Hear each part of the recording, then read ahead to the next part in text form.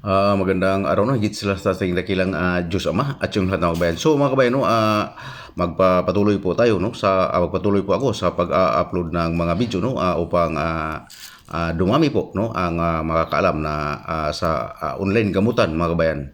So mga kabayan, ako ay araw-araw po nag-invite ng mga tao na may mga karamdaman, mga kabayan. Lahat po ng inimbitahan ko yung may mga karamdaman lang po, no, sa channel ito, no.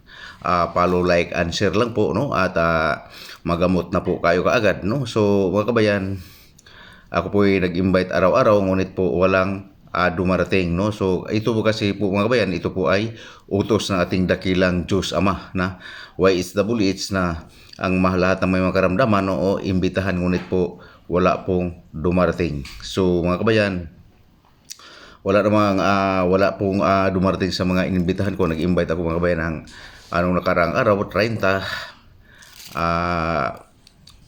May dumating, pero may isang dumating ngunit ay bigla pong nag-unfollow, no. Tapos kahapon nag-invite nag-invite ako ng 20 tao, no. Puro ito may mga karamdaman, puro ito, mga kabayan, may may mga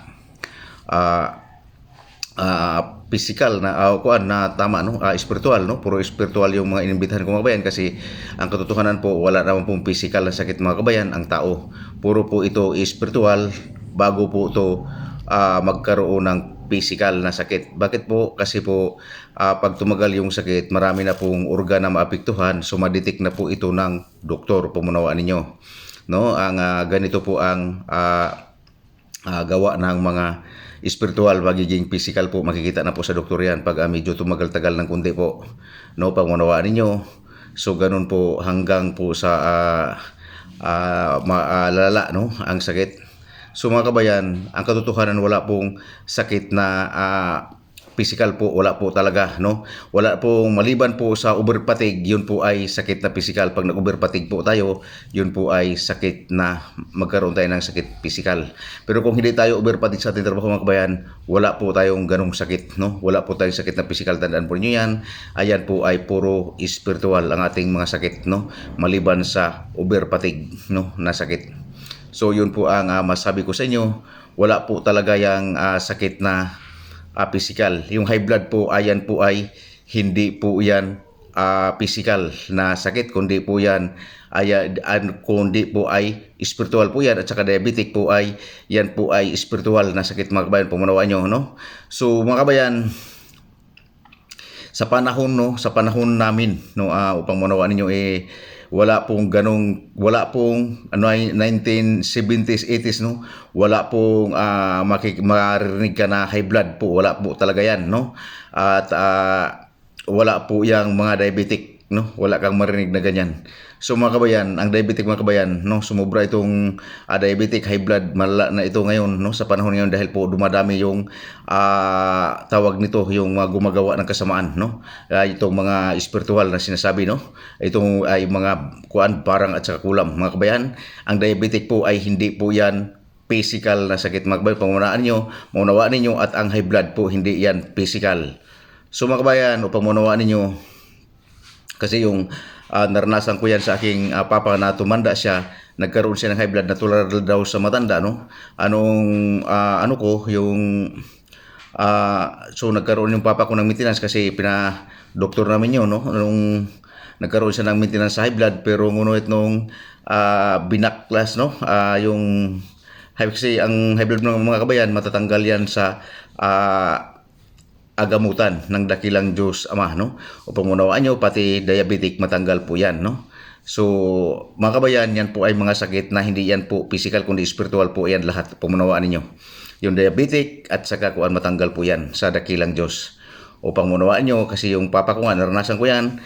Nag-maintenance siya ng ilang taon, 2 taon yata, noong na-discovery na yung ganitong klaseng usapin, no, na yan pala ay hindi physical, kundi spiritual pala na sakit yan. So natanggal yung pag-maintenance ng aking papa sa high blood, no, upang manawaan ninyo.